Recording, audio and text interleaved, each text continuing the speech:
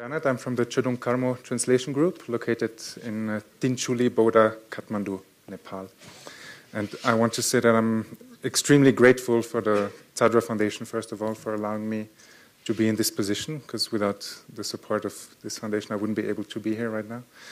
And of course, to everybody coming, and also the idea of not only bringing practitioners and scholars together, but also the experienced generation of practitioners and scholars and the younger generation. I think that's actually crucial and probably should happen even more, but it's a great beginning. And I wanted to mention one thing, a personal thing. I think that for all of us, the thing that we are concerned with here is really our dream and the realization of our dream. And the first night I told a few friends this. The first night here, I had a dream about something, a very similar setting, and I was also speaking in front of others, and I was intoning a Brazilian song. And since now I have a microphone, and I'm very close to realizing this dream of mine, but I think it would be a nightmare for all of you. So I won't do that, but I'll introduce the speakers for this afternoon's panel. I'll introduce all 5 speakers first, and then just address the questions. Ask them to address the questions which we worked out before this conference, and then basically I'll be out of the way. So the first speaker this afternoon will be Karl Brunhölzl. He's a Tzadra Fellow, one of the two Tzadra Fellows here on this panel. And he works for the Nitartha Translation Network and is involved a lot with the Nalanda Bodhi Institute, which are both under Dzogchen Pönlöp Rinpoche. Karl is initially trained as a physician and studied Tibetology and Sanskrit at the University of Hamburg in Germany, and later studied Buddhist philosophy and Tibetan language at the Marpa Institute for Translators in Kathmandu, Nepal, under the direction of Khenpo Tsultrim Gyatso Rinpoche. And he's very busy. I'm sure all of you have seen the little books he's published so far, and so many of them. And also he teaches a lot all over the world, so I'm really, really happy to be sitting next to him.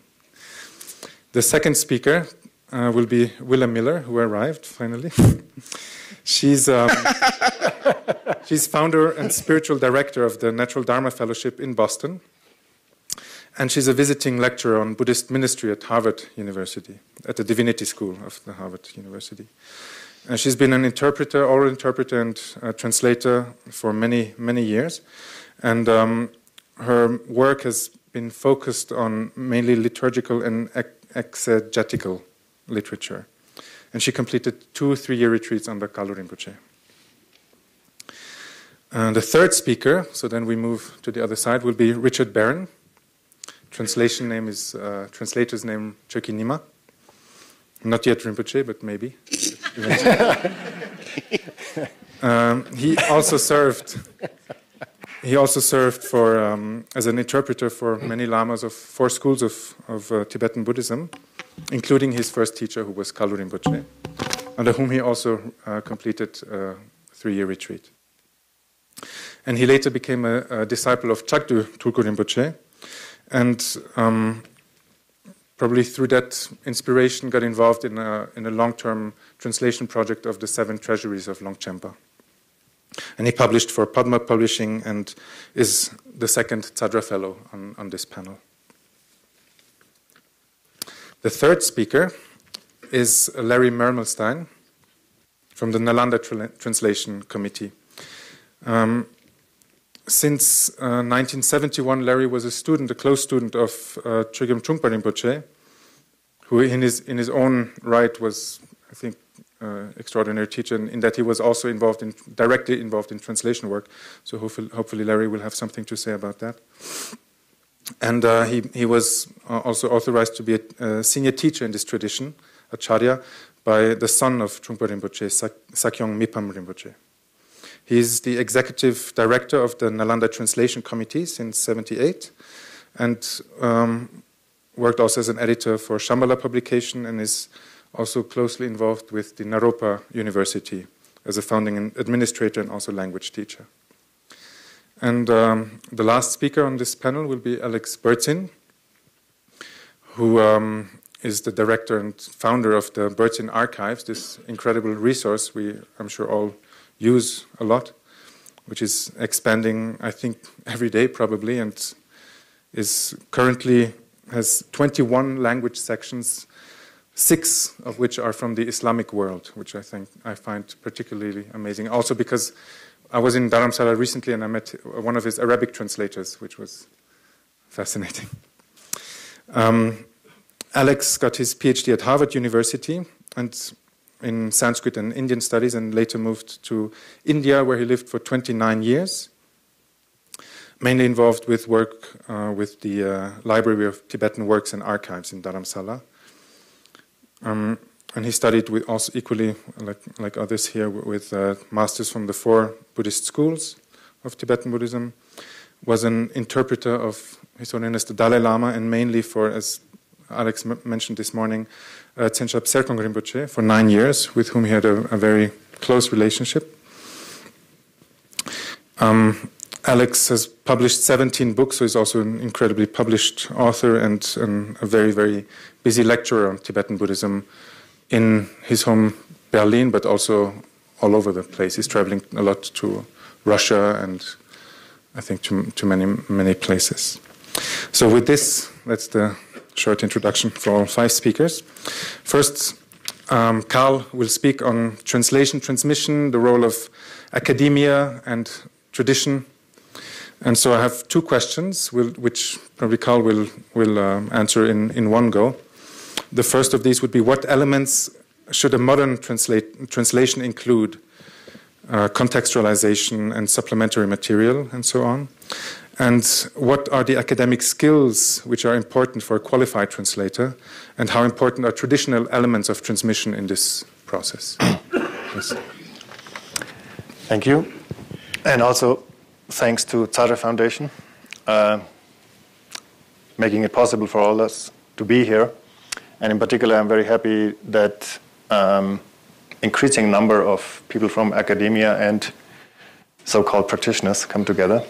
And I will say more later about that distinction or the lack thereof, because I myself feel like a weird hybrid of these 2 worlds. So I'm very happy that they seem to come together more closely, sometimes at least. So thanks for making that possible.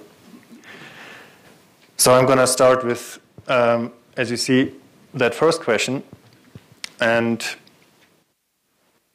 I'm not going to bore you with all, just lists of things. That's why I have them on the screen here, so you can read them. I'm not going to rattle it off. But you could see that I think there's 2 main elements, and that ties into the second question of translation, modern translation. There's formal elements, and then there's technical skill elements. So I divided my presentation into these 2. And of course, there's much interrelation between these 2, but you could see like those 10 thingies there under formal elements. So those, you could say this is like the 10 boomies of a translation. And of course, most of them are very obvious, some of them maybe not. So you could say that's the full path if you want to go completely ballistic in terms of not just translating, but doing all kinds of other things, supplementary materials and so on and so forth. And of course, this depends on the genre. So I'm not saying that every translation should have these 10, obviously. But if it's a more technical text, then it might be good. If it's poetry, you can drop most of those. And if it's a sadhana, you can probably drop all of them. So it depends, obviously, on the genre. But when we talk about the elements of a modern translation, like which elements should a modern translation have, that begs at least 2 further questions. First one, translation of what and translation for whom? So the question doesn't really make sense unless you take these 2 into consideration. And that opens up a whole can of worms, obviously. So the first one, of what? So this means which genre are you translating? And that also determines, as I said, the number of formal elements or the extent of formal elements that are desirable. But then, of course, there's no agreement here among anybody how many of these formal elements actually a translation should have or not. So some people don't want to use footnotes. Other people are completely wild about footnotes, like me, and so on. But so it's very different what we need in terms of supplementary materials when we translate a philosophical text versus a sadhana or like a triac or poetry and so on and so forth. So the formal elements, in brief, depend on the genre. So you could have a maximum, like these 10, or you could have any number fewer than those. Then the second question, for whom? And that has 2 subpoints. You see, I'm following Tibetan tradition here.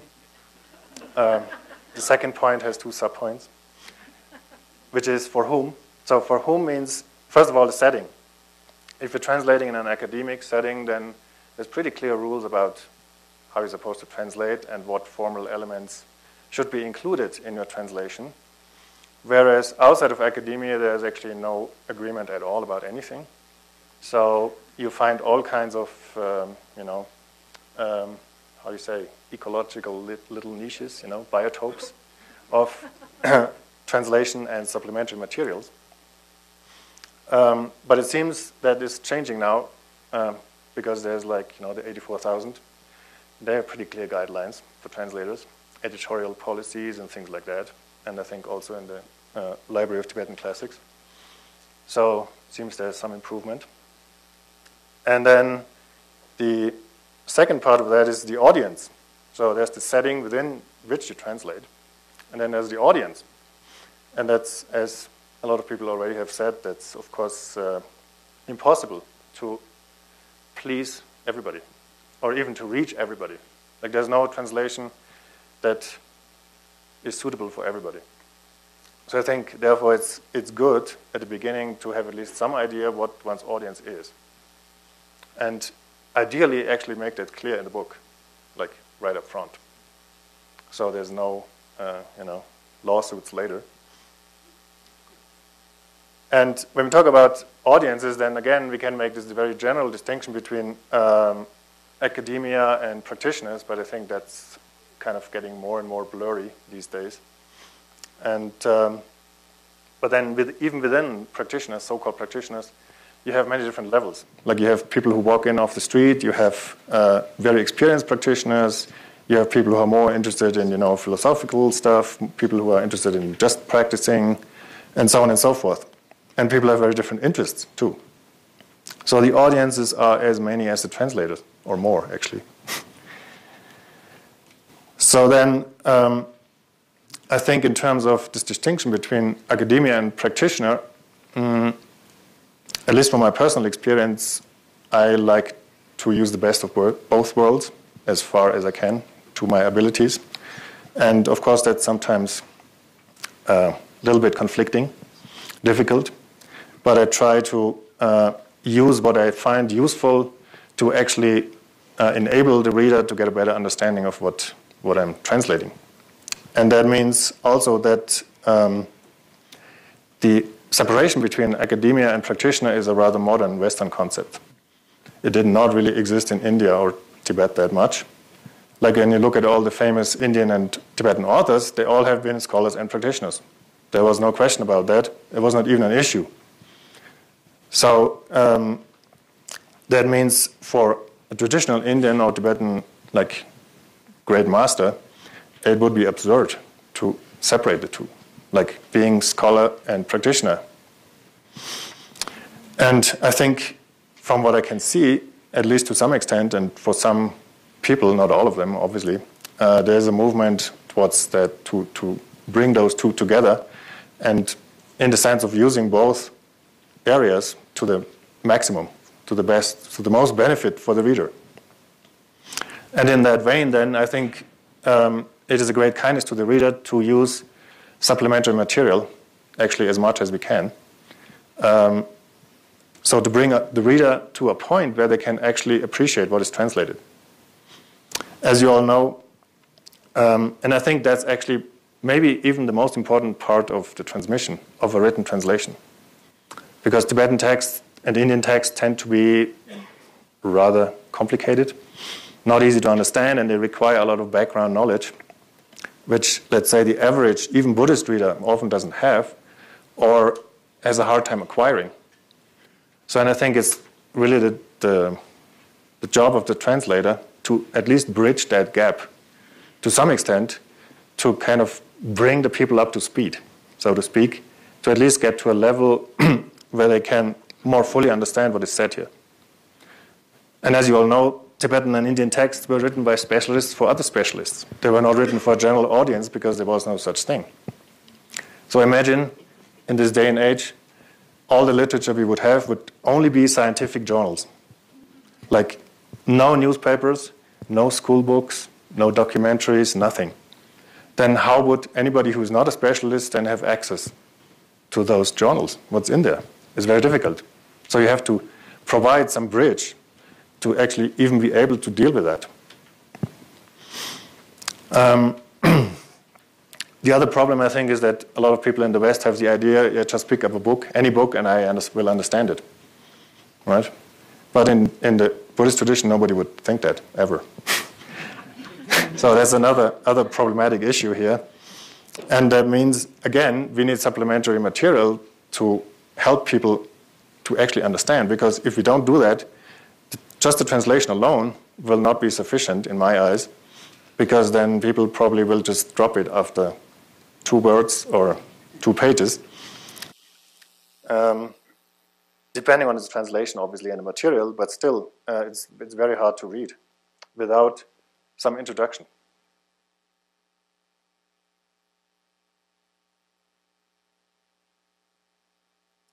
So, of course, then what we can do as a translator to provide supplementary materials is not a full transmission.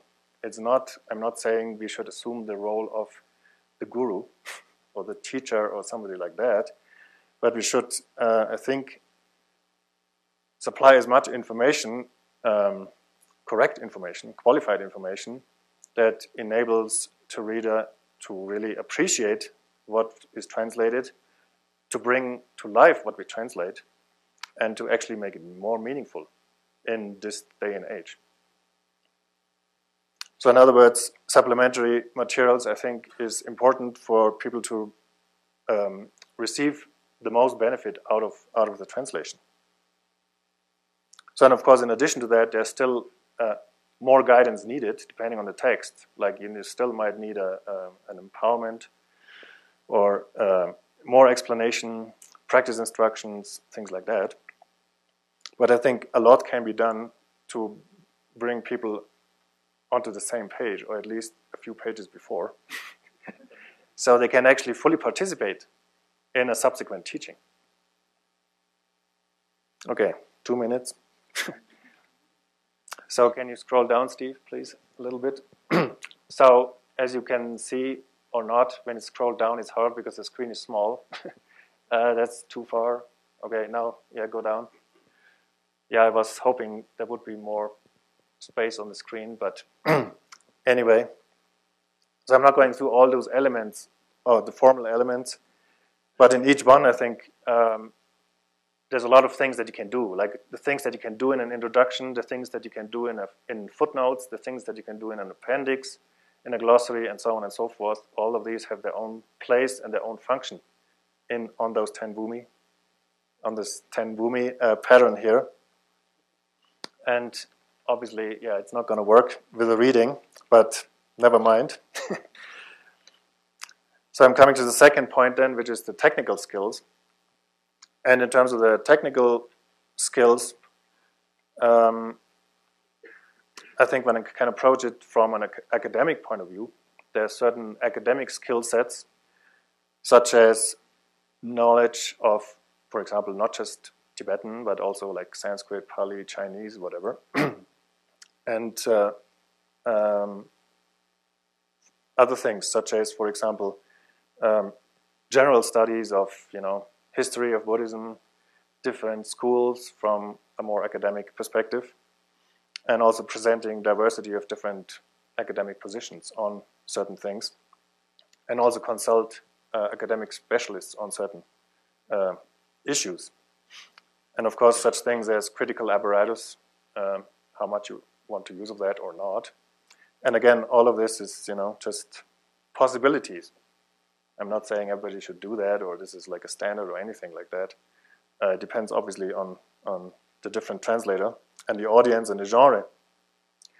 And from a traditional point of view, then of course there's a few important things, such as being really familiar with the specific technical terms in different genres and their use in different contexts, being familiar with the Mahavyutpatti, Jajrabampo Nipa, and things like that. And also, of course, ideally having studied a text with a qualified teacher before you translate it, though that seems to be almost the exception these days, but it would be very desirable to do so. And then in terms of practice texts, of course, it would be very desirable to be a practitioner in general, and ideally a practitioner of that particular practice that one is translating. And as was said before, in terms of Vajrayana, Tantric translations, Mahamudra, Dzogchen, and so on and so forth, one obviously needs the Long Wang tree. And also, one should be able, I guess, to consult with native speakers and learned masters in Tibetan, ideally to ask one's questions and hopefully receive answers.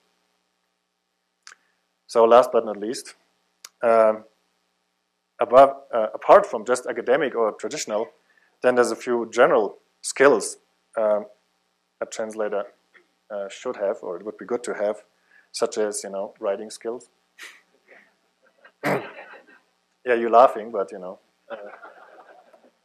in this day and age, if you look at the universities, the main complaint of professors is that people have no idea how to express themselves in writing. Then, of course, if needed and possible, poetical skills for certain translations.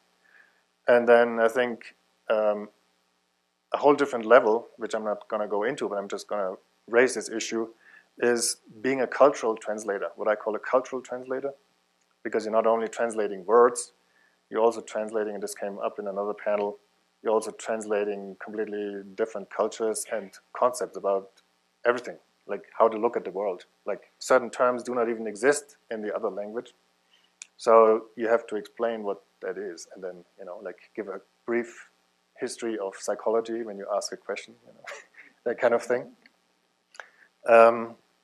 So obviously this was very brief, and if you want to have more details, then I guess you have to wait for the publication online of more details on the 10 bhumis, because they don't fit on the screen.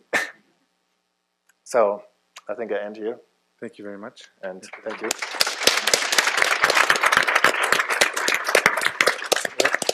We have a few minutes if the other panelists would like to comment or add something to what Carl had to say. The paradigm that you explained is the paradigm of a book, but there's also the paradigm now of putting translations online. And when we put our translations online, then this opens up a whole vista of tools that we can provide the reader, like we try to do on the Berzin Archives. So you can have, you put your cursor over a technical term, and you get a pop-up window with the definition. This helps very much for the reader to be able to understand. If there are passages that are difficult to understand, you can have links to other articles and so on that will explain them. If you feel that the reader needs to have some background material before reading your text, you can, again, give a link to an article or an introduction or something like that, which if somebody needs this background, they can look to that as well. We have suggested other articles and other translations of similar content so that you can do online as well. On an online publication of a translation, you can have a search engine, and the search can go through that thing. Also, if you tag it very well, then what we're planning is in the next version of the website is interactive, so that people will have their own pages. You can then select the type of tags of various other type of material that you would like to have available for yourself, for your own study or practice process. You'd be able to highlight various passages that you find very inspiring or very helpful, put it onto your own page so that you can have that for study. So when we turn to the internet as the paradigm for publishing our translations, then becomes a whole nother ballgame. Thank you. Carl, I was interested, you brought up the idea of poetical skills when translating verse, and that's been touched on before, but I wanted to touch on it with a slightly heavier hand here and say, well, from personal experience, I've translated a lot of liturgical material, which is almost always in verse, and initially all I was trying to do was get the meaning across as best as I felt I could, with no idea that people were going to actually be using the English as a liturgical language. And so as soon as things shifted in the communities that I was working for and people began to use more English, I started getting all kinds of feedback that it was impossible to recite aloud. And I make no claim whatsoever to have any poetical skills. So I was interested that you brought that up, because as translators we work so much with material in verse, metered verse, that coming up with free verse is a possibility, and that's what I opt for because I have personally no choice, given my lack of skill in anything else. But something that I think is something we can hope to work towards is the ability to actually versify things, because there's a reason Tibetans put it into verse. You can actually carry a tune with it. You can actually chant. It's easier to memorize, for one thing. And the attempts that I've seen in English, as brave and as competent as they are, I always wonder how much meaning has to be sacrificed in order to make it fit. You have this kind of Procrustean approach where to get it to fit the iambic pentameter or whatever form you're working in, a certain amount of the jam-packed meaning of the Tibetan line has to be sacrificed. So for me, it's always been a question of don't sacrifice the meaning in any way. Even if you could, you wouldn't be able to do it. So just don't sacrifice the meaning. Just do free verse. But I'm interested in any feedback anybody has about that. Well, you could also, for example, use 2 English lines for 1 Tibetan or Sanskrit. Mm-hmm. Then you have more space, and then it comes nicer. Mm-hmm. I guess you have to tell that. Yeah, explain that's what you're doing, but sure. And also, of course, if you do sadhana or something and it's really long, then it's already like 50 pages and you do double lines, then there's a problem there. But that's something one can consider. I think I would like to ask Willa to speak next, so we have time for our speakers. And also I think because Willa will touch a little bit on this subject. So Willa's questions were the role of the text in transmission, and does a translator have a responsibility to consider the aesthetic experience evoked by a text as a factor in transmission of the meaning? Thank you. I'm going to kind of take up where Carl was leaving off with this question of how do we prepare ourselves as translators, considering that our material is going to be used in transmission, if we think of transmission as a communication of meanings, maybe from one generation to the next or from one individual to another.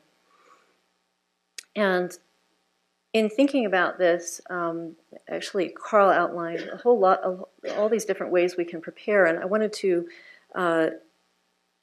bring up 2 other ways. And one is the way of practice, the importance of having some basis in a practice that is connected to the text that we are translating. And I think many people in this room have probably had the experience of translating a text that you yourself have practiced, or you are, say, translating a commentary on a practice that you do, and that experience can be so fulfilling, like you're hearing from a best friend, or you're hearing from somebody close to you, that kind of intimacy with the text.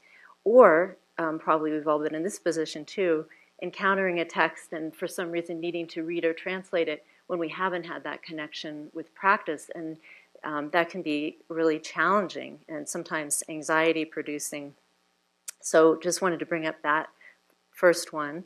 And another way that we can engage in a kind of self-cultivation as translators, or non-self-cultivation, excuse me, is to reflect a bit on what we're, you can put up the first slide, on what we are doing, on what we are doing as translators, what we're actually doing, what is our lojong as translators, what is our mental process of reflection. And in my own case, I came to translation through practice. I'm just putting that up there in case what I'm saying is boring and you can read E. Cummings' wonderful poem, Since Feeling is First, which actually I'm going to be talking sort of in that direction. To reflect on, so what we're doing, lojong. And so in my own case, I came through into translation through the door of practice initially, Buddhist practice, and then I ended up somehow in grad school.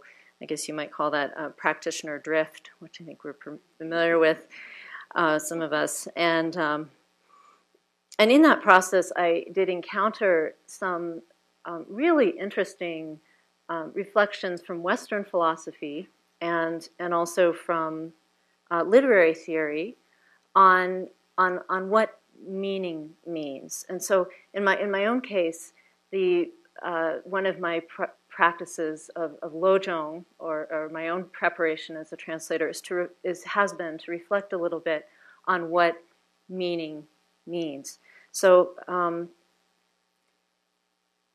we've been talking a lot this weekend about meaning. That word has come up so often in the last few panel discussions and in the speakers' addresses, and I think when we think about meaning, at least me initially, when I think about it, I'm thinking about something cognitive, that we're taking a word and we're going to capture its meaning.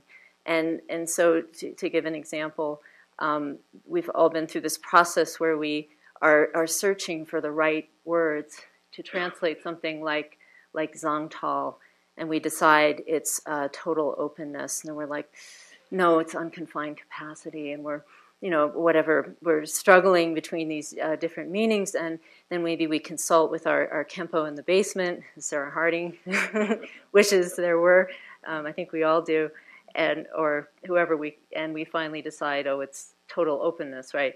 And along with that, so we may think, okay, I've captured the meaning, I've got it in my hand. And with that, often, we have this feeling of pleasure, of the joy, the delight of having landed on something that feels right, feels like it has captured the meaning of the text. Now, we might say that's a cognitive process. It's a cognitive meaning. We have taken something and we've rendered it in a cognitive equivalent in English. But I also want to point out that there was an experience of delight and pleasure that went with that. And my question is that part of the meaning? And that was an experience in our body and in our heart. So I wanted to just problematize this idea of what meaning is. And so I came up with just thinking of some qualities of meaning that I've been exposed to in the context of being in graduate school, being in these classes, different classes on theory, and so you can go to the next slide. The first, so just some alternate understandings of meaning that we might be able to draw on, or I have certainly. I'm just really sharing my own process for translation reflection, our lojong, our preparation as translators. And the first is that meaning is carried in gaps, or in the gaps. Meaning is not content alone. So that idea, to some extent, was made well known in academia by Derrida. This idea that there are silences within language, and that kind of sounds maybe conceptual or heady, but think about it. when we're translating something, haven't you read a text before, like where you notice, isn't it interesting what he isn't saying? Like, and that can tell us a lot, actually, about what he's trying to say. He's avoiding certain terms, maybe terms that were used a lot in his day. So I'm just giving an example, whoever he is, the author. So this question of meaning carried in silences or in gaps. You can go to the next slide. And the second idea that has been helpful for me in translating is thinking about meaning as contingent, as a dependent, meaning as dependent on everything that's around it, contextualizing things. And sometimes, we may think, well, of course I contextualize, right? I know this word means what it means because of what's around it, so we contextualize it. But sometimes it's not so obvious how it's contingent. So I'll give an example, and I put 3 ways meaning is contingent there, but I think we could think of 100 ways. But meaning is contingent on intertextuality. Sometimes texts are talking to each other, even when it isn't really obvious. But you might find that out by figuring out who's written at the same time. And meaning is contingent on culture. I think that's one that we're somewhat familiar with. And meaning is contingent on time. That is, that meanings evolve. And that we may say, oh, yes, of course we know that. But in fact, actually, I think we don't always, or at least I can speak for myself. I haven't always known that's the case. And sometimes so for my dissertation, I worked on Yangompa. And one of the key terms that I was working with was how Yangompa understands this term ngoponeluk, which is actually quite hard to translate, ngoponeluk. And I discovered in going back and reading, finding that term in Mahayana sources and in other early tantric sources and then in Tibetan materials, that meaning had changed and evolved a lot over time. And what Yangompa meant by it is not necessarily what an early sutra had meant by it. So this idea of contingency. And you can go to the next one. The third is that meaning is experiential. That is, meaning is always experienced. It's not just understood. And that is to say that meaning is evocative of experience. It's evocative of experience. And I just put a quote from Roland Barthes up there because that's something that he wrote about a lot in, for example, in his book, The Pleasure of the Text, that there is an experience that goes along with reading, or in our case, sometimes listening or practicing with a text, and that experience is a form of meaning. And especially, I think we even find this, of course, in the Tibetan context, in instructional texts, where language is used to evoke or invoke particular experiences and realizations. And there may be no translation for some of those words that are trying to evoke an experience. So there's actually this category of words, nyamnyong getsik, that are words that are just intended to invoke an experience, like hedewa or rigewa, or many of us familiar with this pe in chu, right? There's no meaning. We could say we can't translate pe, but it is used to invoke this experience. And the fourth is that meaning is embodied. Meaning is embodied. And for this one, I actually want to read Mark Johnson's quote here. So a number of philosophers are now thinking about this and actually drawing from neuroscience to think about what meaning actually is in human experience. So he says, meaning is embodied. It arises through embodied organism-environment interactions in which significant patterns are marked within the flow of experience. Meaning involves the blending of the conceptual, structural, and formal dimension on the one hand, and the preconceptual, non-formal, felt dimensions on the other. Meaning resides in neither of these dimensions of experience alone, but only in their ongoing connectedness and interanimation. So I think this has come up already today in Janet Gyatso's talk, this idea of meaning being an embodied experience, and also Anne Klein's discussion of wisdom as being present in the body, finding that in Tibetan texts. So to say that language is experienced not only by a cognitive mind, but also by the nervous system, the feelings, and the emotions, means that language and our translations are felt as much as they are understood. And so having that in our background when we're translating, I think can make a big difference to the experience of someone who's receiving, say, our text in English as a form of Dharma transmission. And are we done? Okay, all right. So I'll stop there. Thank you.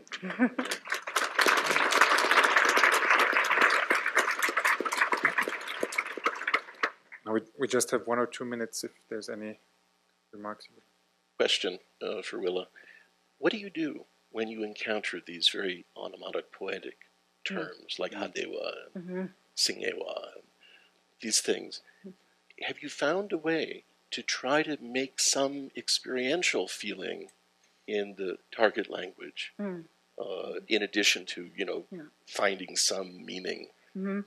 Well, I have found that if I have pressed my teacher, or if I'm translating on those terms, they will come up with a description, and sometimes, like with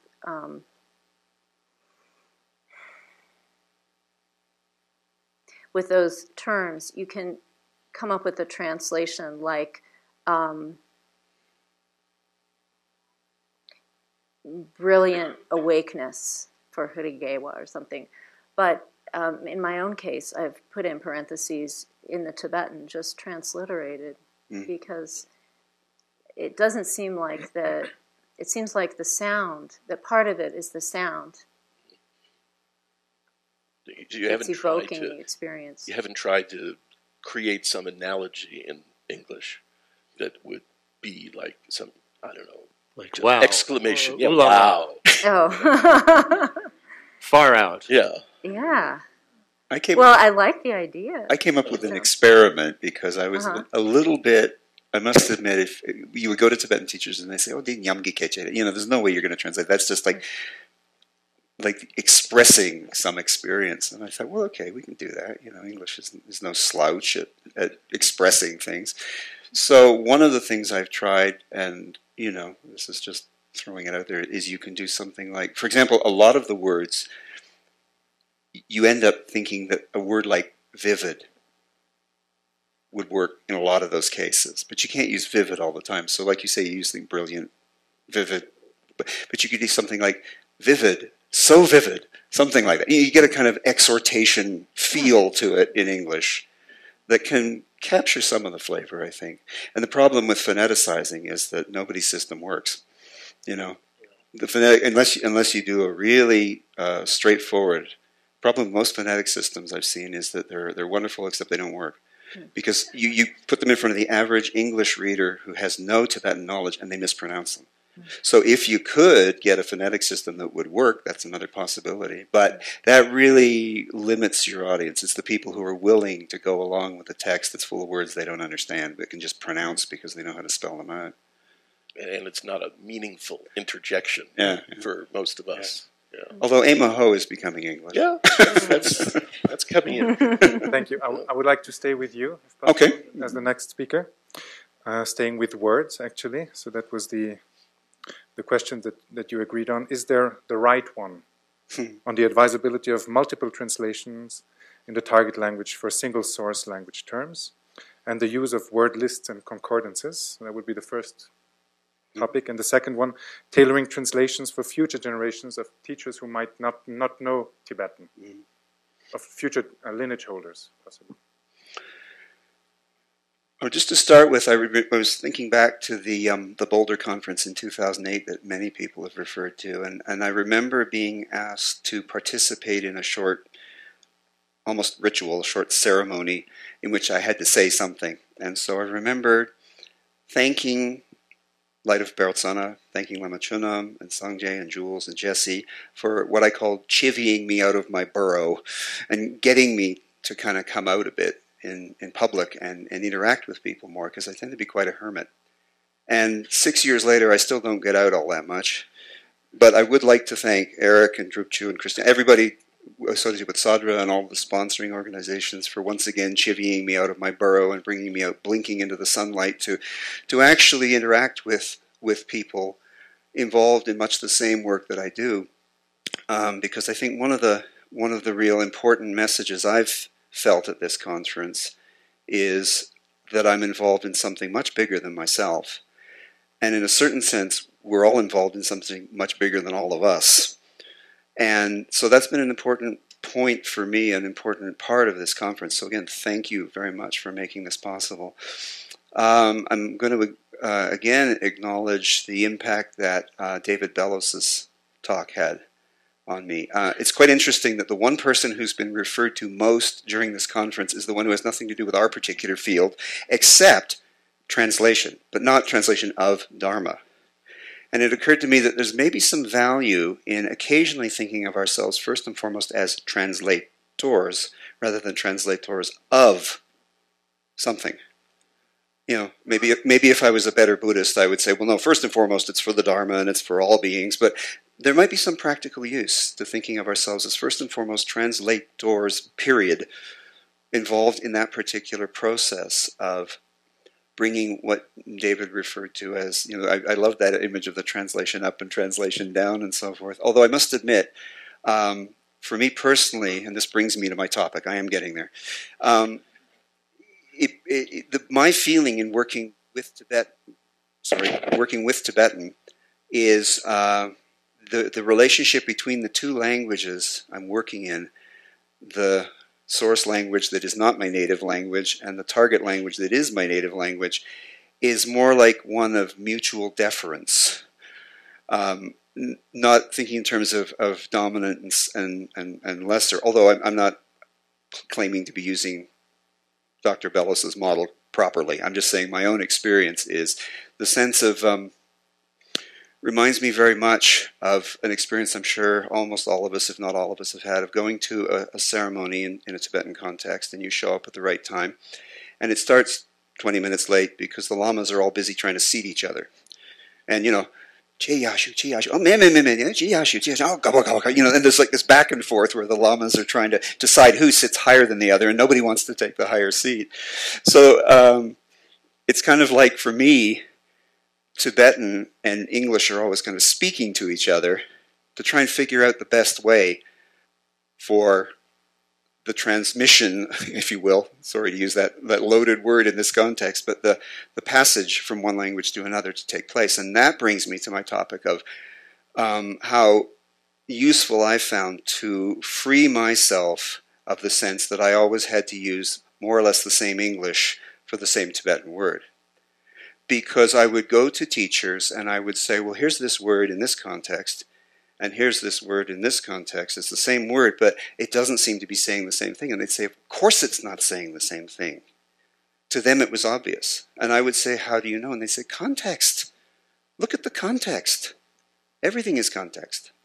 So it gave me a sense of freedom that I could take a single word and interpret it into English in different ways to suit the context. And it was enormously freeing for me to give myself that latitude. To say, well, I mean, I still keep a word list of my choices, my favorite choices, but there are multiple entries in the English column for each single entry in the Tibetan column now, whereas there used to be one. And so it's just something I thought I would bring up. And I may be preaching to the converted. It may be something that everybody's quite comfortable with, but it took me a while to get comfortable with that, of feeling that I could still be completely, again a loaded word, authentic to what I felt the source text to be saying, and yet use multiple versions in English, because it seems to me,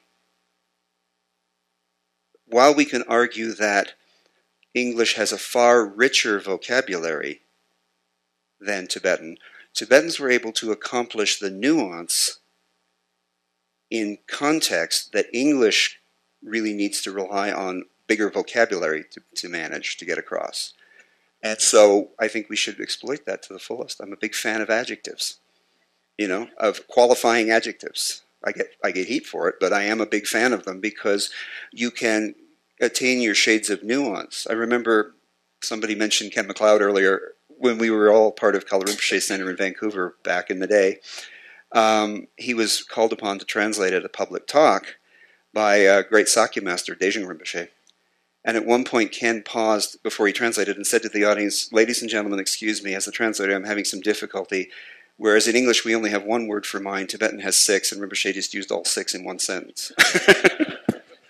So there's an example of the opposite of what I'm talking about, a richer vocabulary for mind, perhaps, than English. But I think English attains its richness because of all this nuance that we can get a hold of, we can express through the use of adjectives and multiple translations and so forth. So that was one point I just wanted to bring up of personally the kind of liberating, again another really loaded word, liberating effect that it had on myself when I gave myself the freedom. I've loosened my chain a little bit and allowed myself to explore other ways of using English to express a single term in Tibetan.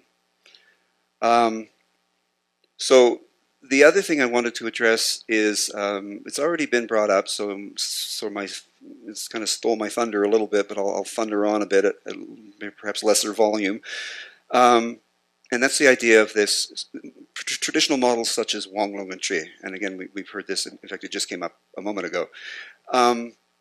Given that there are models in the tradition that we're translating into our milieu, given that there are models that were considered at least the baseline, at least the kind of lowest common denominator for there to be some effective transmission, there's going to, it seems to me, have to be some attention paid to working out what the model is in the West.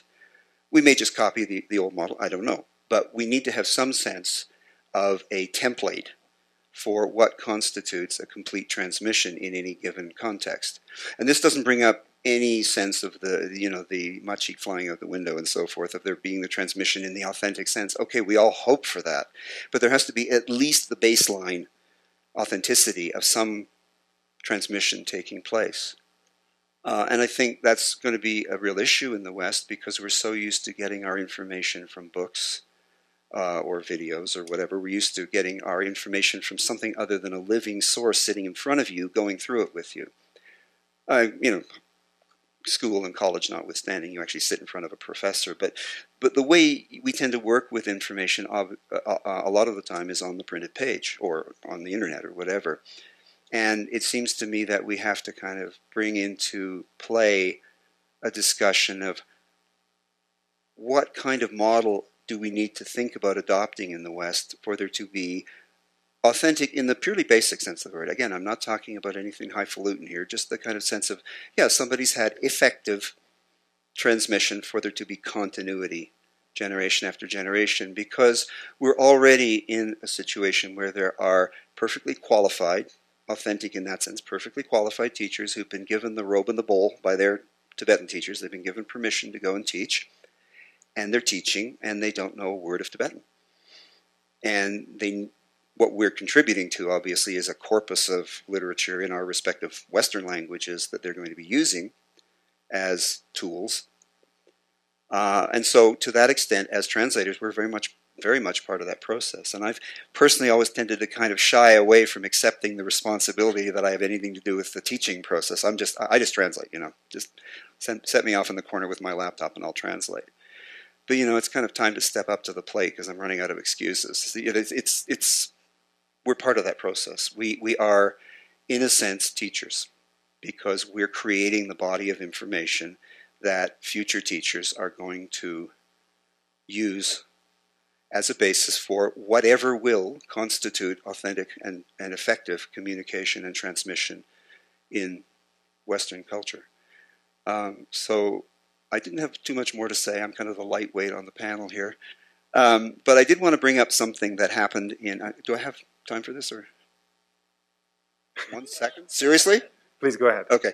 It's quite short. Boy, it's funny how fast 5 or 8 minutes can go. Trungpa Rinpoche was about to begin a long series of teachings over 2 weeks, I think, or something, and many, many people come to these teachings, and there was a lot of excitement building in the air about, because it was a special event. Even he was, this is a really special event kind of thing. And he began by saying to everybody, through me as the interpreter, he said, "You're probably all wondering what you're going to get by coming to this seminar, this set of teachings." And he said, "It's not about you. You're not the important one. So think of it this way. You're contributing to the continuation of a lineage that will be of benefit to generations so far in the future you can't even imagine, and you're never going to meet them. But because you're here today, that can happen." So it put it in a context. At first everybody was shocked. What? I don't matter? It's not about you. But the point he was making was there's this long-range vision of what we're all contributing to. So being part of this conference has made a world of difference for me in terms of reinvigorating that sense of being part of something bigger than myself. So thank you all for that.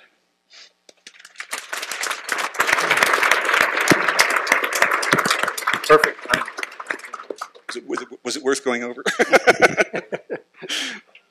Any remarks, please? What you mentioned raises a very important point, which I think it would be helpful if we devoted some period of time, sometime during this conference too, which is the whole issue that just as lungs of text translations were given from Sanskrit to the Tibetan translators, and then the Tibetan translators started giving lungs of their own translations, we are now at the cusp at which our translations are going to be the basis for lung and oral transmission in the future.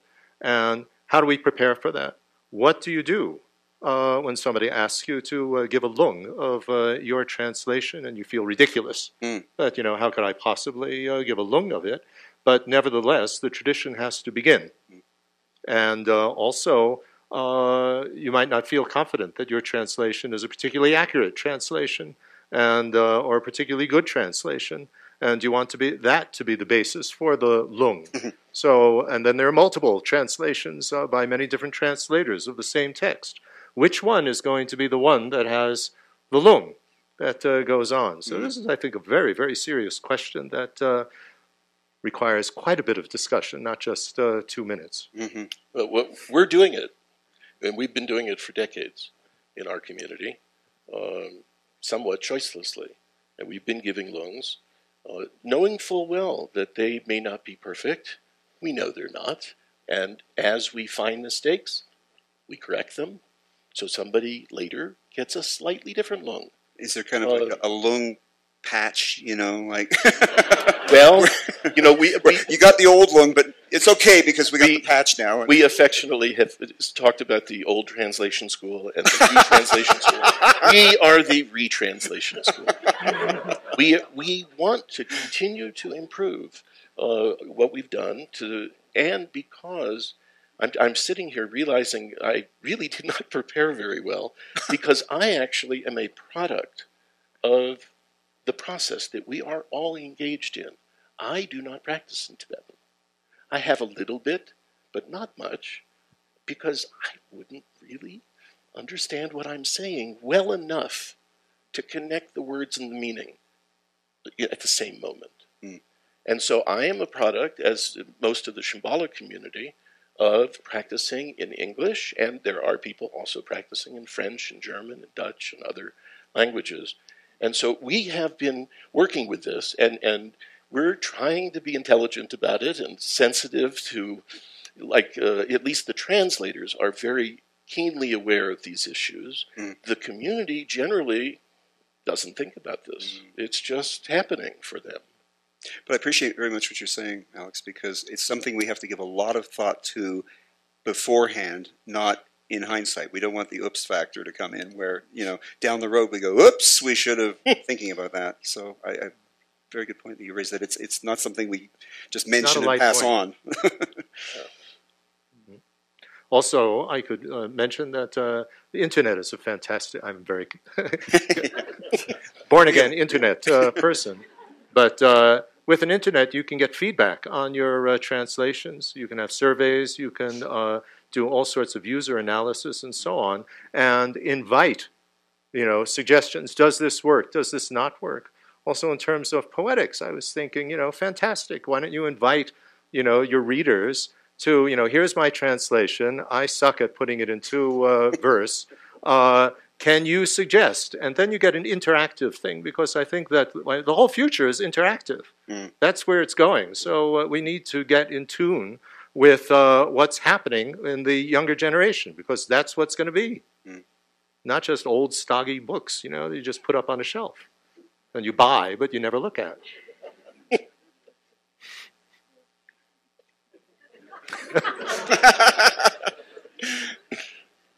Okay. Yes, sir. I think many people still love to open the books, in fact. Well, a lot of people are collectors, Yeah, also. Okay, so let's maybe move on to the fourth speaker, Larry. Again, 2 questions formulated for you. Specifically, what roles do translators play in the transmission of the Vajrayana to new cultures? That would be the first one. And the second, what are the dangers we face in this process, and what is at stake? I too want to thank Eric, my dear friend, Drupju, all of the Tzadra people for making this happen, continuing the Light of Bharatsana translation conference that we had. This is so important and fun, though it's an immense amount of information, and I don't know if anyone yet has reached burnout 4 or 5 times yet. It's a phenomenal experience to be with old friends I haven't seen in many years, new people I've admired for years and never met, and the commitment, as Bob talked last night, about really more than modeling. We are now supporting translation, long-term practice. This is so important and moving. So thank you so much for bringing us together. Several of my friends have encouraged me to talk more personally, because I like to tell stories. And I feel a little bit like Chuchi just said earlier, I'm another lightweight here. I'm not an academic at all. So I thought just to say a little bit about how I came to this, very, very haphazardly, and a couple little inspiring moments before I deal with the questions. Fortunately, my questions have pretty much been answered by so many other people. Not by me. I have something maybe to say. Off the hook. No, not yet. Not yet. But like some of us who are in the 60s, we were kind of interested in Eastern things, and I was a Hindu practitioner of some sort, and thought that I was taught that Sanskrit was some really special language that you could learn, like how things really were put together and some universal cosmic something. It was a rather dreamy idea, I realized. But I was very bored. My math and science thing didn't work out. Everybody was so much smarter than me. I didn't know what to do, but I wasn't quite adventurous enough to drop out. So I looked for something to do. I thought, well, maybe I should learn Sanskrit, or try.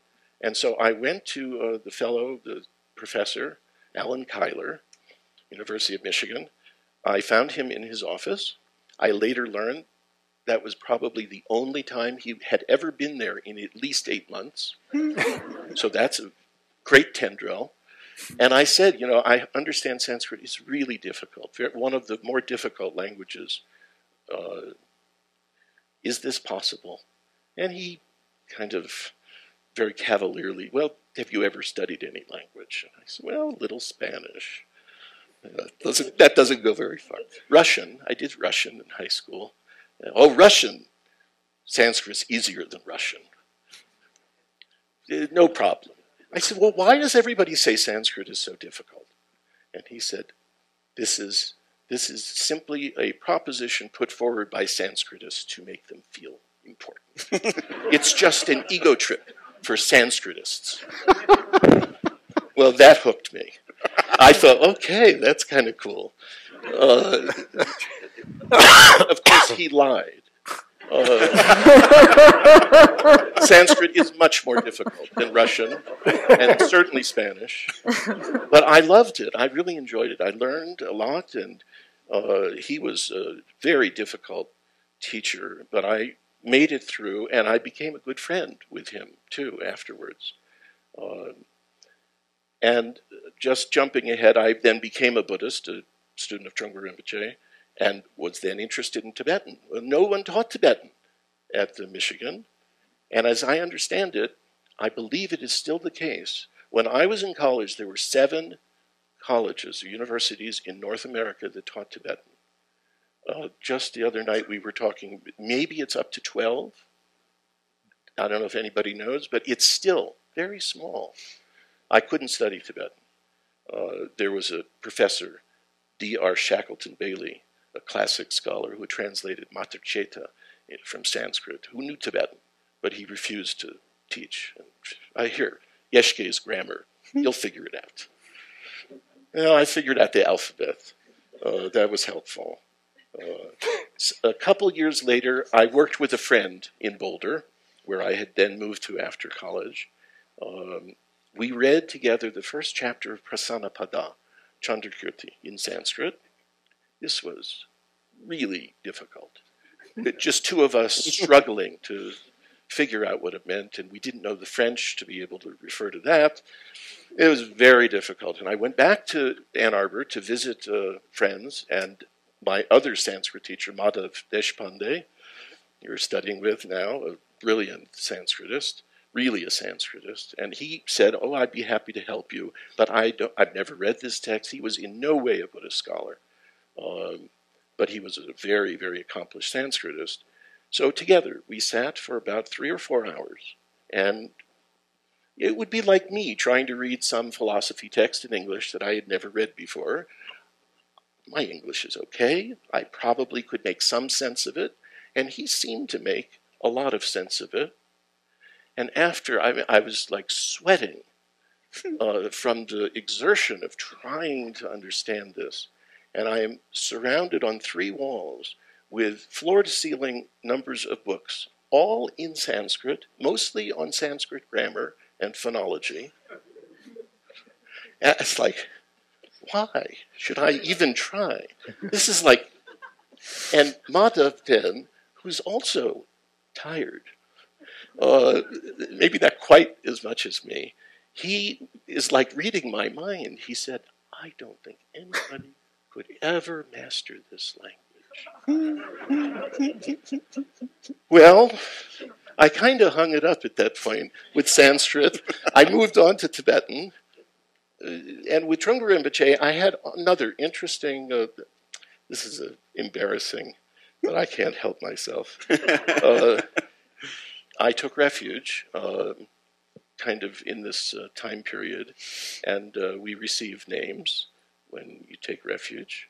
And Trungpa Rinpoche would usually read the name in Tibetan, and then a translation into English, and then you would come up and receive a nice calligraphy that he had done of the name. So I was next in line, and he reads, Dorje Tatol, limitless Vajra. So I come up, and he did this occasionally. He wouldn't let go of the paper. So I had to kind of like pull it, and that was the way that he made contact with you. You had to kind of look at him like, can I have it? Or, And so he, kind of looking over his glasses, whispered, I don't think anybody else could hear this, he said, "Cosmic prick."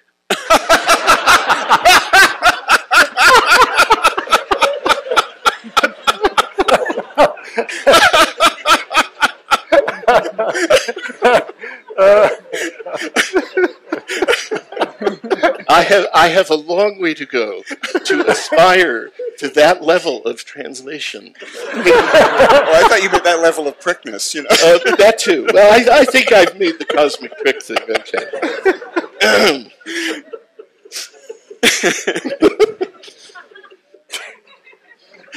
So, as you can see, my teacher, Trungpa Rinpoche, this is a point that I don't think we have yet brought out this last few days. In terms of translation and transmission, he is an interesting example of someone who really embodies both because he's an accomplished Lama and he learned at least English, one other target language, very well. I would say his vocabulary surpassed most of his students. His syntax, not so good a lot of the time, occasionally very good. But because he embodied both, that's a very interesting topic. And I mean, we could devote a lot of time to talking about it, but for most of us, it's not, for us to be such a person. So maybe it's not all that important to say that much about. But because, as I was saying earlier, our community never, ever even thought, practicing in Tibetan? Nobody even knew. I mean, of course they knew Tibetans practiced in Tibetan, if they thought about it, but we just did everything in English. It was just totally taken for granted. Mm. And those of us that worked with Trungpa Rinpoche to actually help him affect that, because he really was the translator for the first few years as we were beginning to develop some kind of language skills. I mean, in many ways, this was a very selfish occupation. We wanted to be able to do these practices, and learning the Tibetan was just wonderfully interesting. And, it was studying Dharma. But as Trungpa Rinpoche said, it's really important to learn the Dharma first, in your vernacular, in your language, and then study Tibetan. Mm. He said, I've noticed among some of the Westerners I met, especially in India, that there's something not quite right that they don't always get because they actually learn Tibetan in order to kind of learn the Dharma at the same point. Well, we weren't doing that. So we are kind of our own experiment. Mm-hmm. And I have thought many times, I don't know, Mark Nowakowski and I were talking about this a few weeks ago. This may be really only my idea, but I've had this idea for a very long time, that the fruition of the work that we do is to actually grow siddhas and accomplished practitioners by practicing in using our translations in many different languages, and that they then, hopefully some of them, will be gifted poets, musicians, able to write sadhanas and commentaries and everything else. And that, to me, would be a real fruition of our work. Mm. How many liturgies have we either practiced or translated from Tibetan that were translated from an Indian language? I mean, other than a few, like the Heart Sutra and a few other, really important canonical works, virtually everything I've ever practiced is in indigenous Tibetan literature. How long did it take the Tibetans to become realized enough to write in Tibetan? This is obviously what has to happen in English and French and German and every other language. In a sense, putting us out of business. Mm-hmm. But look what that is. That is like the fruition of the transmission really happening. So I think that's our goal, a goal.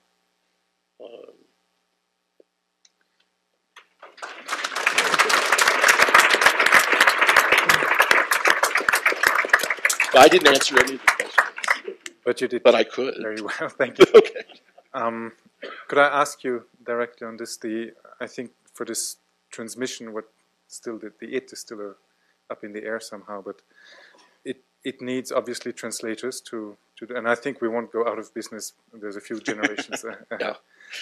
But so it needs these what we are doing. Then it needs the practitioners, hopefully the siddhas, and it needs the teachers, of course, the Western teachers. And there are, as Richard said, already fully qualified ones, even who don't know any Tibetan, but who have been empowered. But my question would be, are there enough infrastructures to create these teachers, Western teachers? Or are these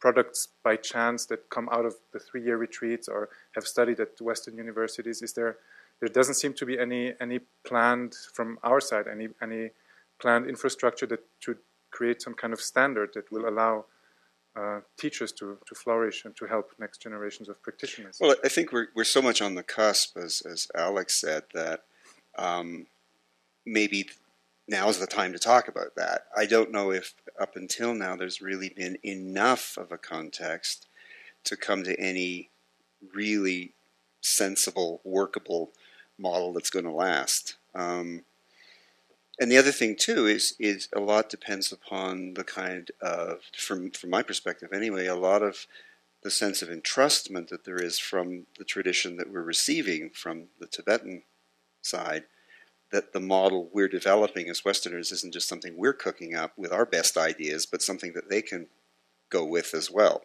You know, there's a sense of entrustment there too, that the model that passes, this is what I was trying to get at earlier, that the model that goes on is not just something we sort of sit down and say, okay, now we're Westerners, what do we need?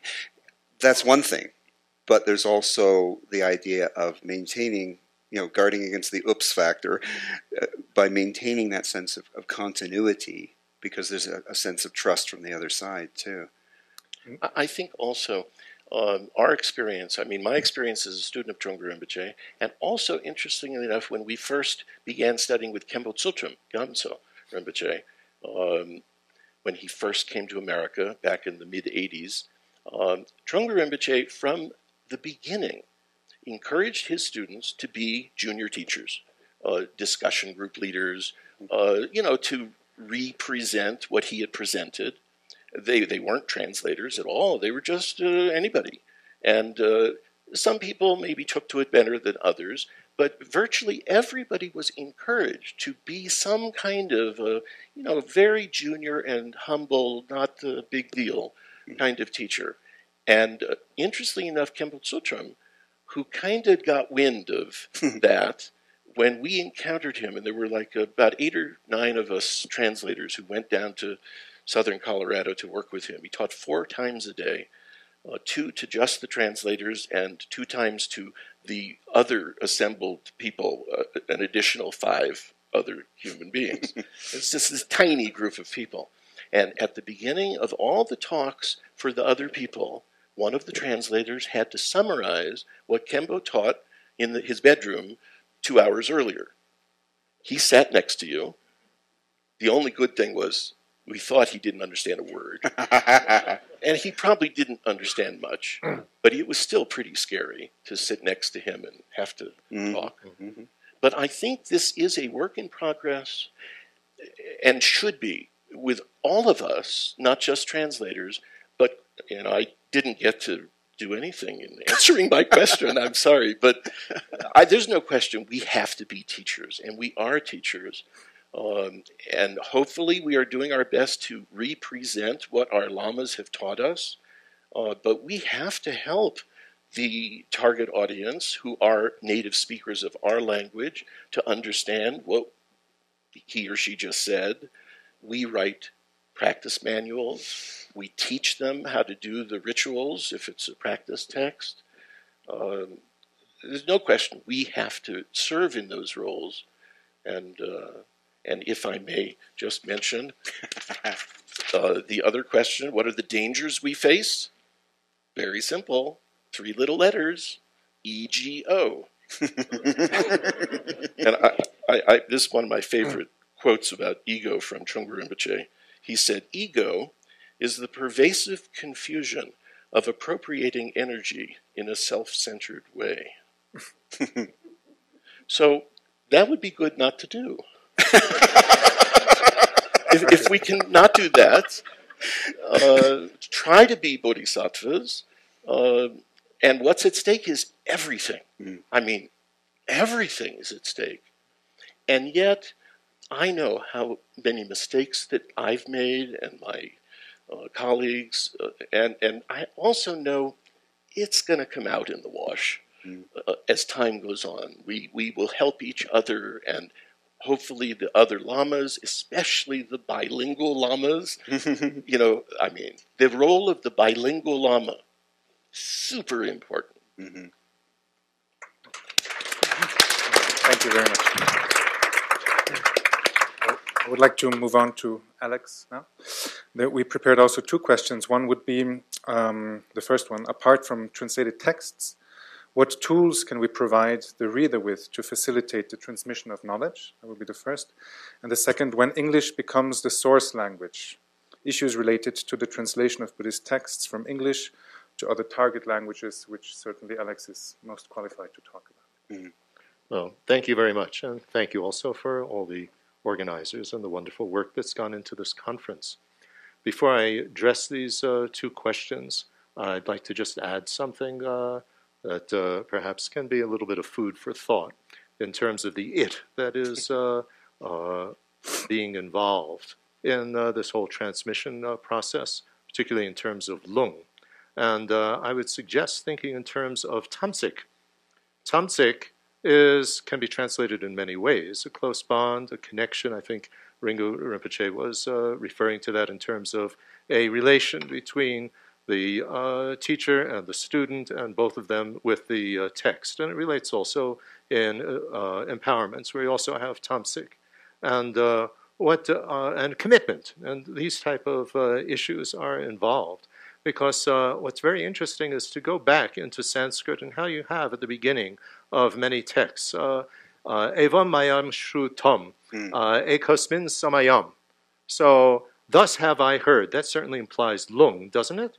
And so it goes way, way back. And then in this samayam, it's the same word, tamsik, at this occasion. So what type of occasion? We translate it as occasion, but that word is also tamsik. So Buddha was establishing a tamsik in terms of the transmission of that text, and thus have I heard. So I think this is an interesting point to contemplate. Anyway, going to going to the topics. I feel it's very important that we create tools not just for our own use, but that we be user-oriented. And the older that I get, the more I take very seriously the initial scope of Lam Rim, and think in terms of my future lives. And if I'm fortunate enough to be a human being again, what sort of tools would I want to be able to access the Dharma again? And I think that's a very good way of looking at it, since, for all sentient beings doesn't really mean very much if we examine ourselves carefully. So, but hey, I want this when I'm reborn. And so the biggest problem that I think that people face, readers face, is that we're never going to agree on translation terms, all of us. I mean, we have too much EGO. And so because of that, we have this vast array of ways of translating terms. And this is the most difficult because you read one book and you can't put it together with what you read in another text.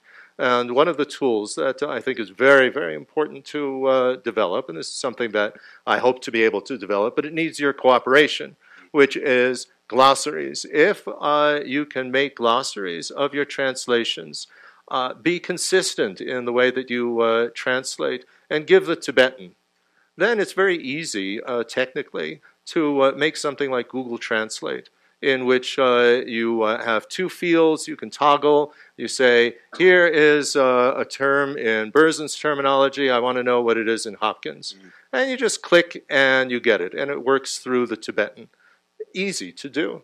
You can do that with text, like in the 84,000, I'm reading this text, and I come across this term, and now I want to read another text, and you have that. Also, as I said, interactive is the way to go in the future. So if you have a translation, and it's in your own terminology, and you would like to make it into Hopkins terminology, well, you can make that transformation. You just click, and it can be done technically. That's not that difficult.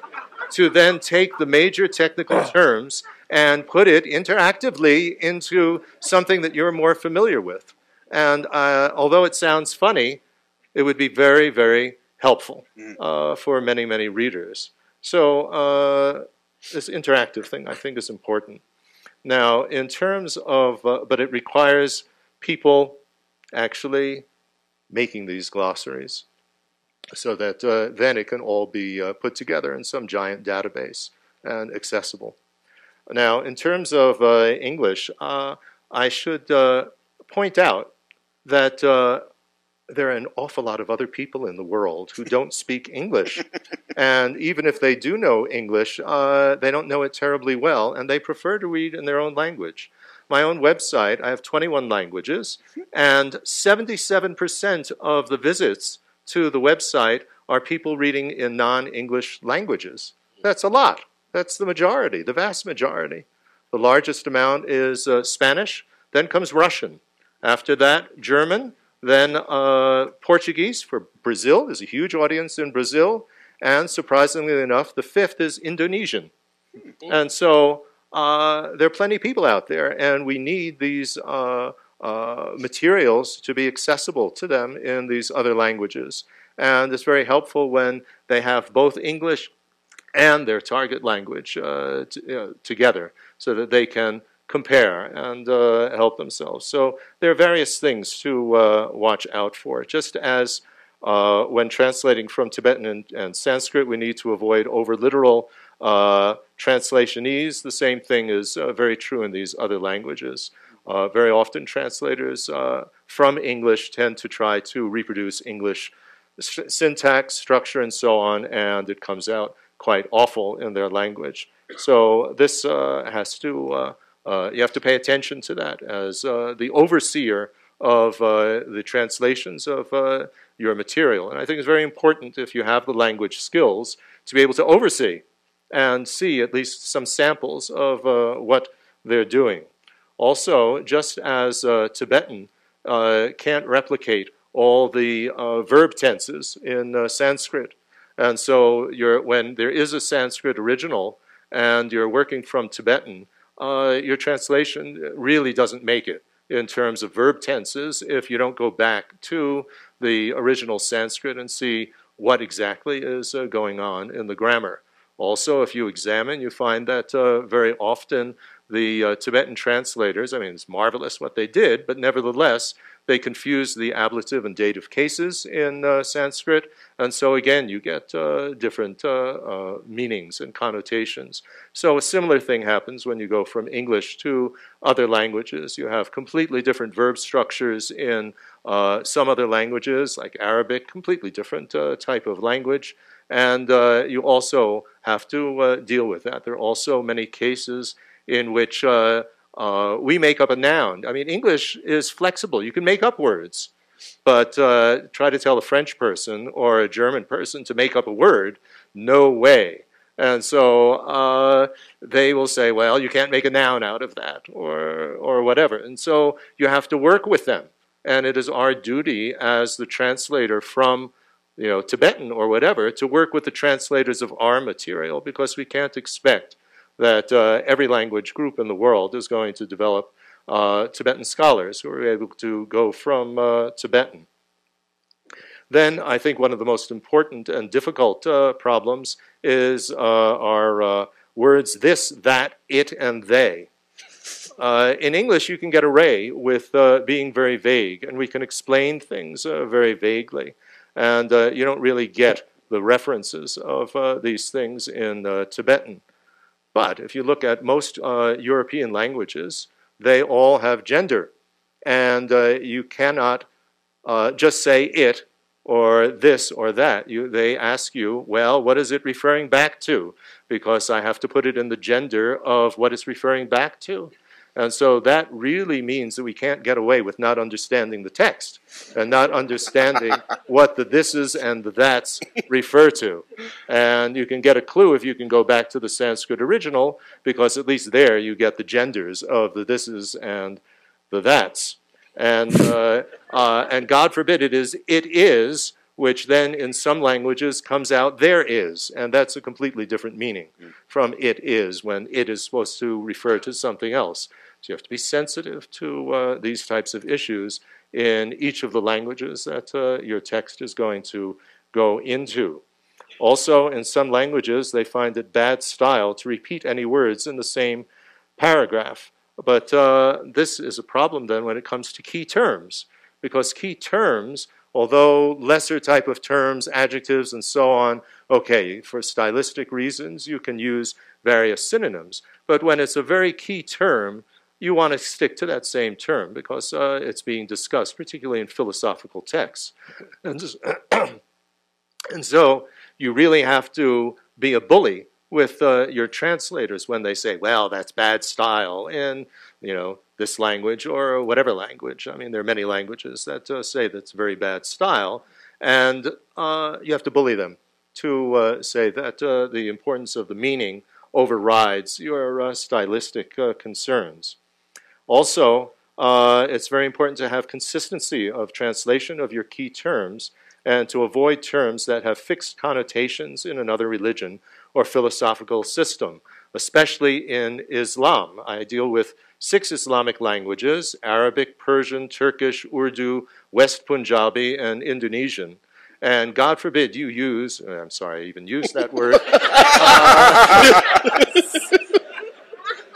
Allah forbid that you use Rahman or Rahim, which are only qualities of Allah the Merciful, Allah the Compassionate. There's no way that you can use those words for compassion in Buddhism. You would get a fatwa against you immediately. And so you have to be very, very sensitive to not using any of these words that are specific to Allah, for example. And I think this is very similar when you're dealing with words that have Christian connotations.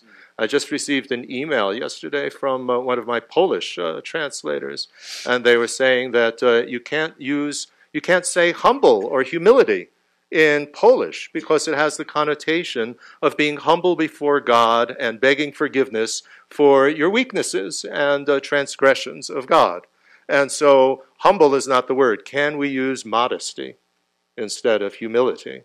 And of course you have to say yes. And so these are issues that you need to make your translators aware of, that please don't use these terms that are going to give completely different connotations to your readers.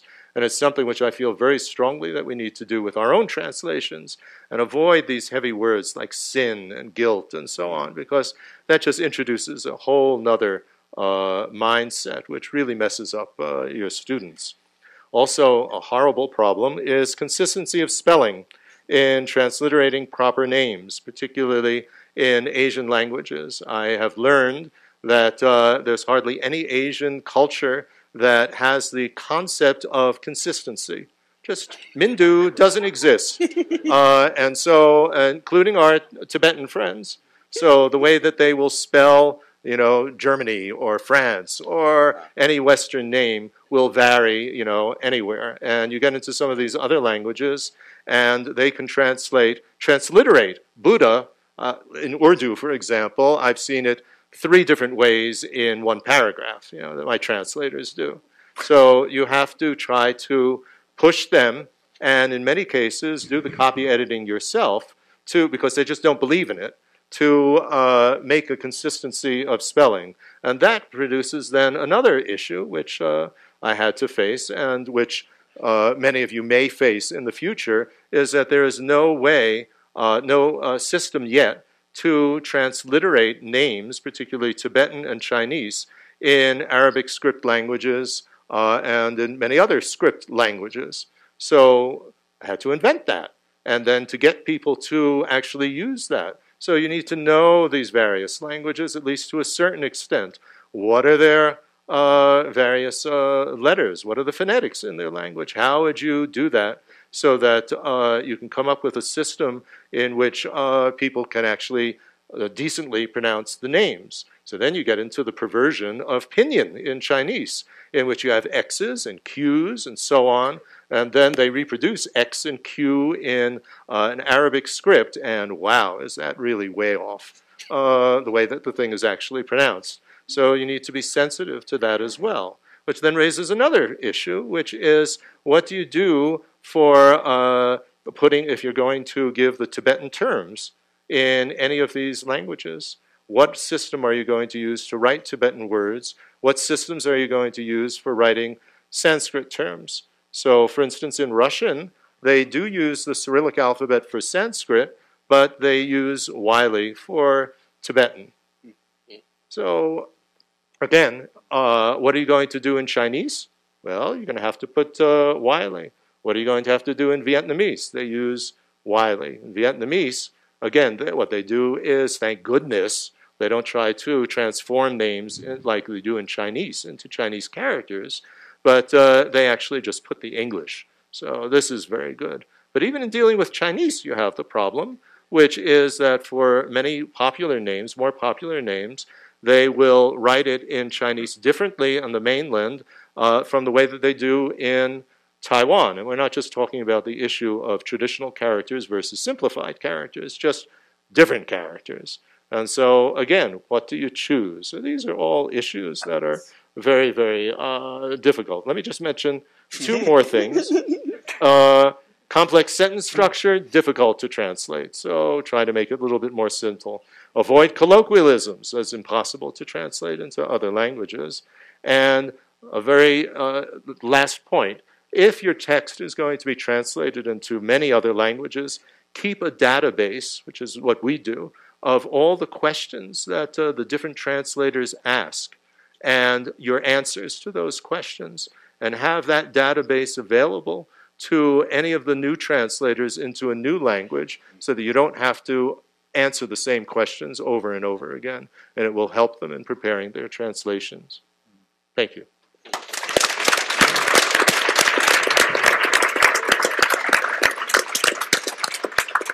Thank you very much. I think since we only have 15 minutes left, I would like to open the floor. If you have comments, questions, please. Well, I was expecting to get to the end of the line. I guess maybe predominantly for Carl, maybe a little bit less to Willa, a more sort of philosophical question about this issue of translation and transmission. And perhaps because I tend to work with novice students, people who are coming fresh to the field, I tend to try to relate back to my own experiences when I first encountered this material. And to a large extent, when I first encountered Buddhist material, the impression I got was that it was not written for me, that I was not the target audience of the books that I was looking at. That's true. Right.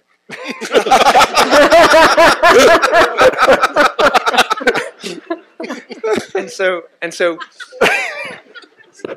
by the same token, however, right, I think that I had somewhat of a mistaken attitude in that I was expecting to be spoon-fed material, that it was the obligation of the author, the translator, to go to great lengths to make this material accessible to me without any effort on my part.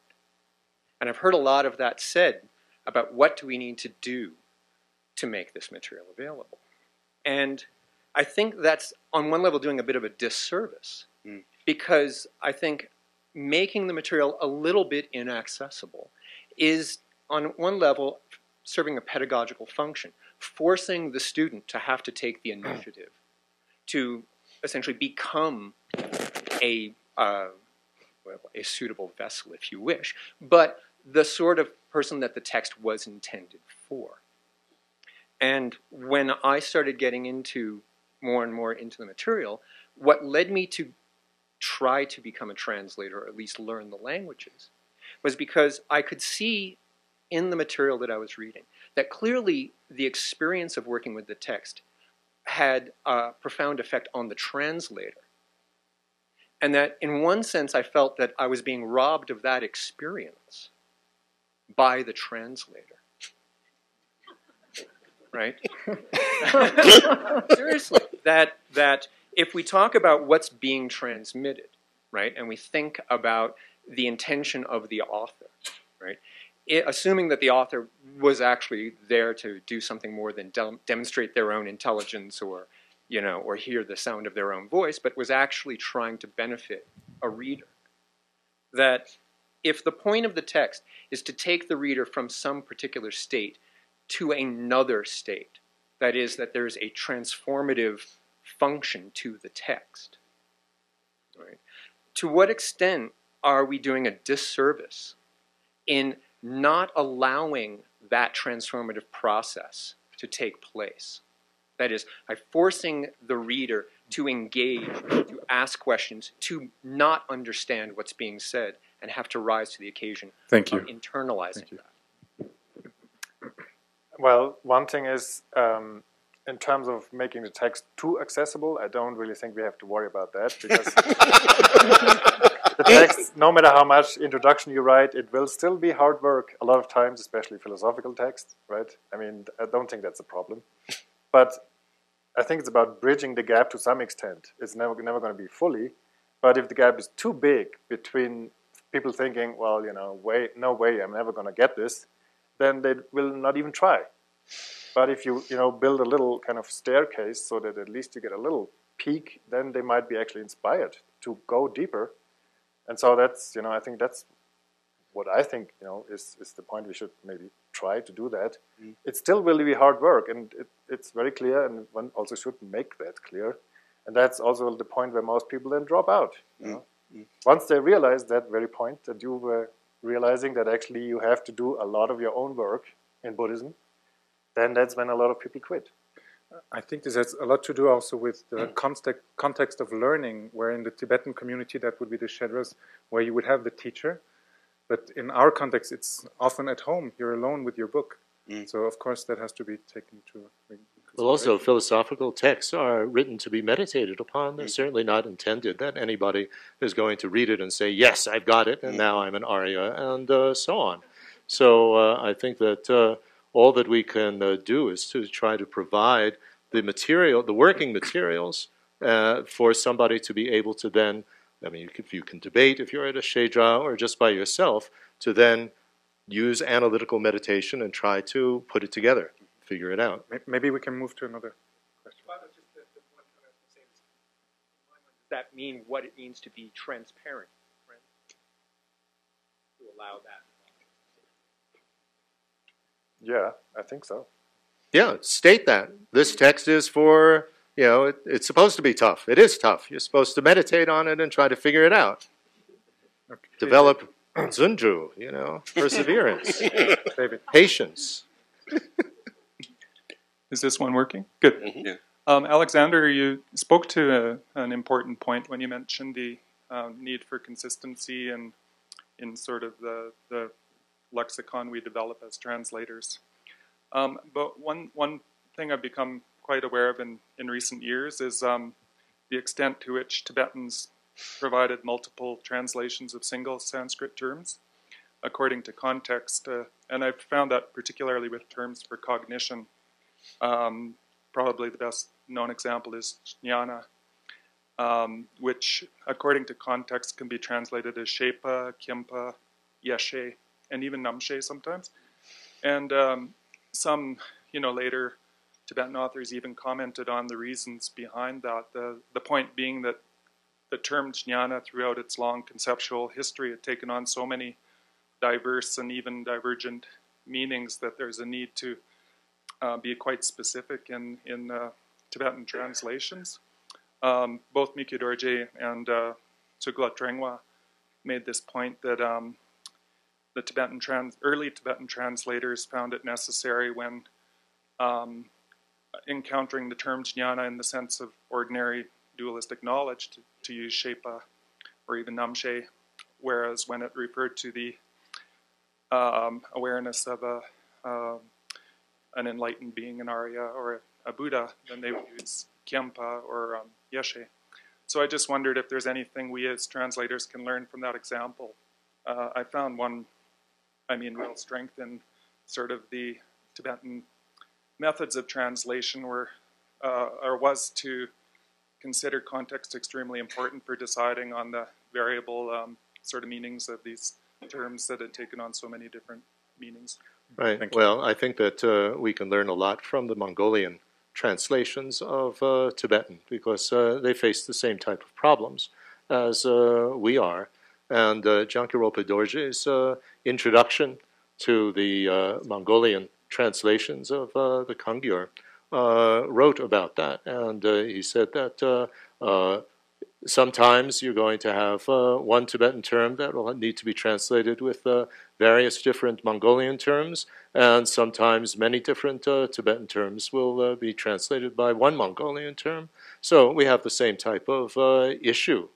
But I think that if we use one translation for one meaning and be consistent with that, then this would help very much. And especially if one could develop this sort of Google Translate type of tool, then if you're putting it into in your English, or if you do German or whatever, but if you put it in English, you're using the English of one specific meaning. And this will become a little bit tricky if you're going to link it to other people's usages of it with that term, like jnana or yeshe or whatever you're going to do. But if you're going from one text to another version of another specific text, then it might be solvable. Might not. It might not work. You have to do user testing. Try it out. Beta versions. Thank you. Thank you. Hi, this is another question for Alex. I'm a fly on the wall here because I am just starting as a translator, but my background and my day job is digital strategy. So I think about what you're doing all the time. And my question is about collaborative translation and preservation of lineages, because I'm all for digital tools for translation. It's how I'm learning. But at the same time, when you have let's say a Wikipedia approach to translation, how do you preserve, for lack of a better word, the blessings of a lineage, the actual meaning, the it that we've been referring to all day? And is this something that would be open to everyone? Or is it something that you would have to then vet the people who have access to this collaborative translation project? Well, I don't think the Wikipedia approach would work for the actual translation from Tibetan and so on, because you would need to have knowledge of Tibetan, obviously, in order to participate in that. And I don't think that would be so cool. What I was thinking more of was in terms of versification. Here's my translation, and it reads terribly. And can people give suggestions? And not that it goes online or something like that, but maybe just you as the translator privately get this type of thing. So you get people to interactively participate in trying to make it nicer sounding. And then you're the editor. You choose. Thank you. And then also get user feedback. User feedback is very important. You can do their analytics. You can use that. Thank you. Hi. First of all, thank you all for your words. They were very meaningful to me. I have a question regarding many things that you've touched on, verse and poetry. Yesterday we talked a little bit about the translator as kind of an artist and talking about poetry, and I think that a lot of us, myself included, have a hesitancy in using verse because it's so difficult, and several people have mentioned how you lose so much meaning. And I wonder specifically in the context of practice, thinking about the concept of meaning as experience, if you also can sometimes gain something through having it in verse and being able to use a melody to do the practice in maybe a group setting, where the melody and that combined experience brings a power and brings an experience of the meaning that maybe you missed some of the words, but maybe there's some kind of meaning coming through. I'd love to talk to that. So our community right now is in the process of versifying many of the texts that we do as a community. And part of the justification for that is that there's just a totally different experience among, polling people, doing it in a way that it's literal versus doing it in a way that has the melody and the reported experiences from people in the room when we try different ways is that there is something lost when we let go of rhythm and melody. And I really think that ties into this notion that there is an embodied element of transmission that goes on when we practice in a group, where some kind of meaning is coming into our bodies and into our experience that can't get in through just the literal meanings alone. So I just wanted to say that if you are in that sort of community, you might try those experiments and see. Also, what's very helpful is to have two versions. Very early versions of things like Lama Choba or 37 Bodhisattva practices, etc. I wrote, or with Lama Choba, it was with a class that I taught that we made together, a more poetical version, which was a little bit more free. And people really liked it, and they were using it for their practice. But then I looked and I said, well, this isn't terribly accurate. And so on the, then I did another translation, a more accurate one, and I put both of them on the website. And people can still prefer the more poetical one because it reads nicer, but they can look also at the more accurate one to get to fill in some of the meaning that might have been lost. This is also the topic of workshop number 2 in 30 minutes. So come along. It's a big topic, really important. Maybe 2 last questions. Should be quick. First, as a translator, also as a writer and editor, I don't have the words to thank all of you, from Sadra to the speakers to all the participants. So first, thank you for that in whatever way one can express it. Now, following Dr. Brazin's comments in particular about Google and looking up vocabulary terminology, this question is actually for everyone. I know one of the software engineers at Google who works specifically on the translation tool. So I asked him, why don't you have Tibetan? And his answer was, no data. Do we want him to have it? So we might want to discuss this probably over a period of time collectively and then get back to me, and we can let him know whether we want to have it or not. So the question at issue is, well, we know the Google translation tool, if you throw in a few lines, it comes out horrible.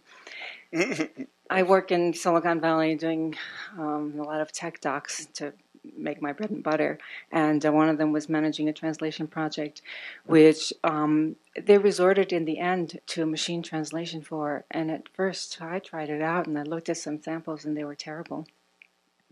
Interestingly, the larger the content, the greater the content, the better the translation, because then it started to provide context to the machine.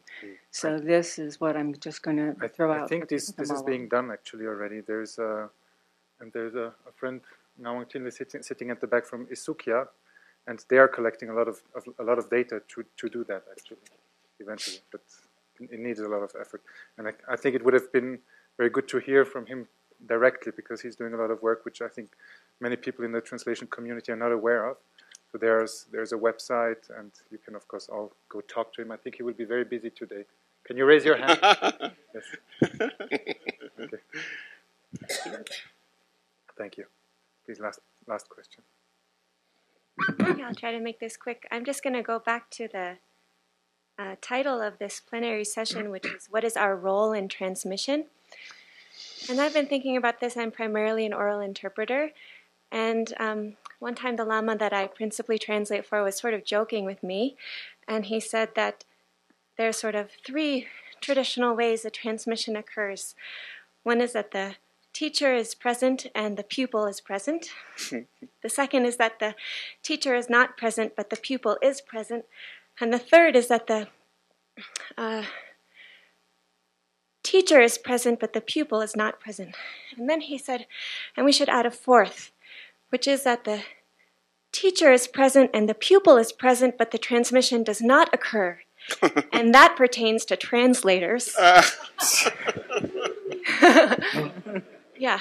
Thank you. That there's somehow this idea that because we are so much an intimate part of the action of the transmission, that we're a part of the transmission occurring, but at the same time we're apart from the actual reception of the transmission because we're, in a sense, acting as a part of that occurrence.